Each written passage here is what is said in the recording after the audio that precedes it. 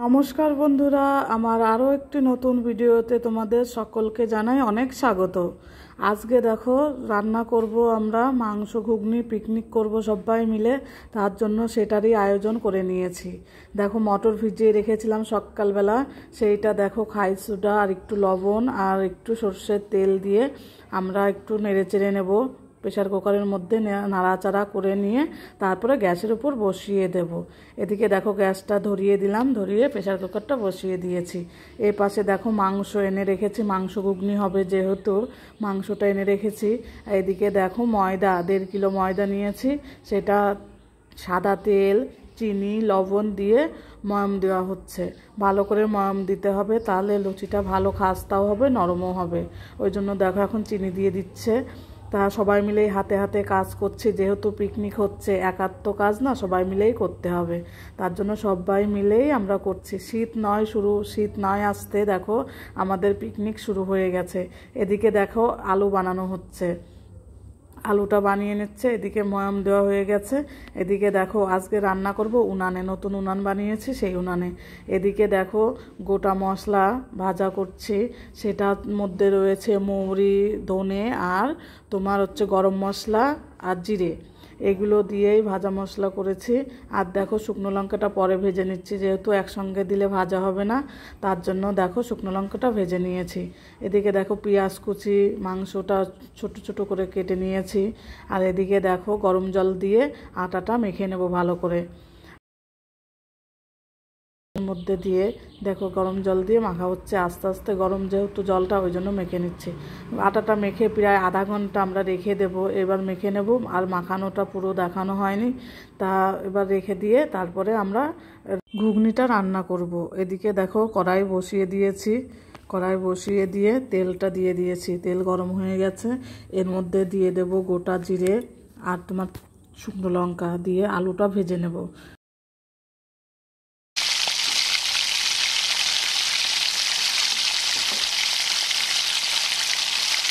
আলুটা ভাজা হতে থাকুক, এদিকে মাংসটা মাখিয়ে রাখি।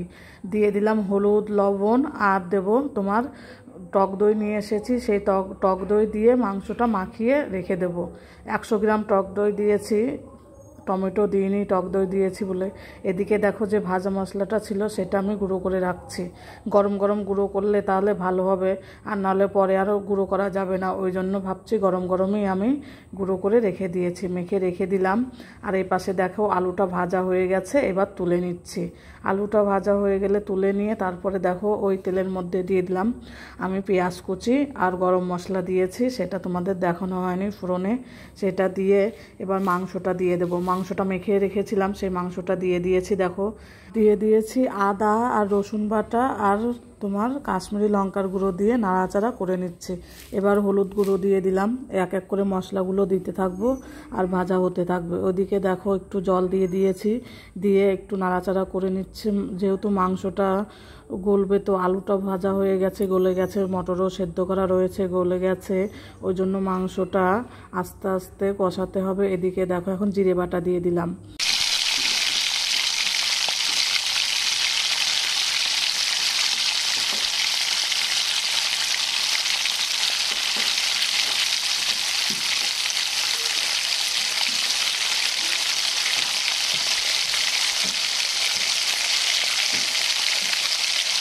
কাঁচা পাকা লঙ্কাগুলো বেটে নিয়েছি, বেশি মিহি করিনি, আদা বাটা করে দিয়ে দিয়েছি। যেহেতু মশলা আছে এর মধ্যে, ওই জন্য অত মিহি করিনি। দেখো লঙ্কাটা দিয়ে এবার পেঁয়াজটা বেটে নেব। পেঁয়াজ বাটা সবার লাস্টে দেবো, তাহলে একটা আলাদা গন্ধ বেরোবে, ওই জন্য পেঁয়াজটা আমি পরে দিয়েছি। আলু ভাজা ছিল, সেই আলুটাও আমি মাংসের মধ্যে দিয়ে দিলাম, দিয়ে আস্তে আস্তে কষতে থাকবো।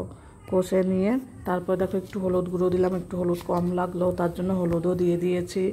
দিয়ে আস্তে আস্তে আমি নাড়াচাড়া করে নেবো। এই যে পেঁয়াজ বাটাটা দেওয়া হয়ে গেছে, পেঁয়াজ বাটাটা দিয়ে একটু কষে নেব। পিকনিকের রান্নাটা আমাদের খুবই ভালো হয়েছিল, আর পিকনিকের রান্না মানে এইরকমই হয়। তা দেখো সবাই মিলেই একটা সুন্দর মুহূর্ত কাটাচ্ছি আমরা। রাত এখন বাজে 9টা মতো। রাতের খাবারে আমাদের লুচি আর এই মাংসের ঘুগনি ছিল। এদিকে দেখো মশলাটা কষানো হয়ে গেছে, সেদ্ধ করে রাখা মটরটা এই মাংসের মধ্যে ঢেলে দিচ্ছি, দিয়ে একটু নাড়াচাড়া করে যতটা জল লাগবে পরিমাণ মতো ততটা জলই দিয়ে দেব। দেখো কড়াইটা আমাদের একটু ছোট হয়ে গেছে, তার জন্য একটু অসুবিধা হচ্ছে, তা একটু বড় হলে ভালো হতো, ভাবলাম যে হয়ে যাবে, ওই জন্য ছোটো কড়াইতেই বসিয়েছি। এদিকে দেখো নাড়াচাড়া করে যতটা পরিমাণ জল লাগবে দিয়েছি। এবার হতে থাকুক, আমি এবার এদিককার সব কিছু সেরে নিয়ে দেখো এদিকে সব বসে রয়েছে, কেউ ক্যামেরার সামনে আসবে না বলে মুখ লুকাচ্ছে, আবার ও পাশে দেখো সব বসে আছে। এদিকে দেখো ঘুগনি ফুটে গেছে। এবার আমি চালমগজটা বেটে নিচ্ছি, চালমগজটা বেটে নিয়ে তারপর ওই ঘুগনির মধ্যে দিয়ে দেব। চালমগজটা সবার লাস্টে দিয়েছি আমি।